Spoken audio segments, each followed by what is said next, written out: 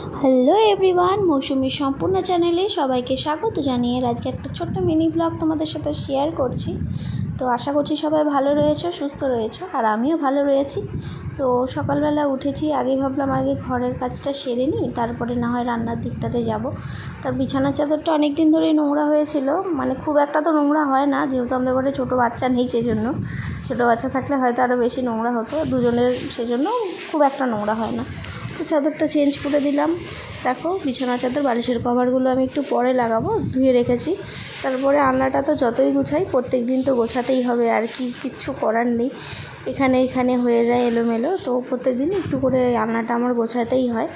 এতটুকু আলনাতে এত জামা কাপড় ধরে না জানি, কিন্তু কি করব, গুছিয়ে তো রাখতেই হবে।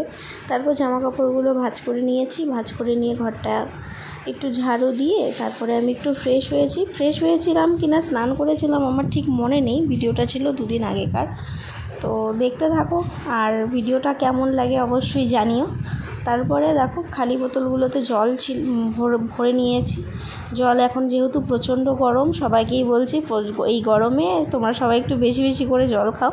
যদিও আমি বেশি জল একটা খাই না, মানে ওই সারাদিনে আমি 3 বোতল হয়তো খাই আর কি। তারপরে এখানে ছোলার ডাল করেছিলাম নারকেল দিয়ে, আর করেছিলাম এই মালপোয়াটা, একদম বিচ্ছিরি হয়েছিল, উপর থেকে দেখতে তো ভালোই লাগছিলো, আর ছোলার ডাল আর লুচিটা তো ভালোই হয়েছে।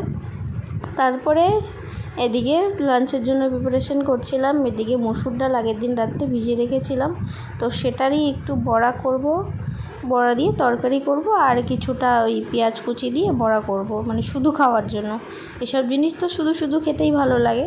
তারপরে দেখো বড়ার তরকারিটা আমার অলরেডি। তারপর সন্ধেবেলা বানিয়েছিলাম এই স্যান্ডউইচটা, অনেক দিন ধরে ইচ্ছে করছিল, আর খেয়েছিলাম একটা আইসক্রিম, এই আইসক্রিমটা আমার অনেক ফেভারিট।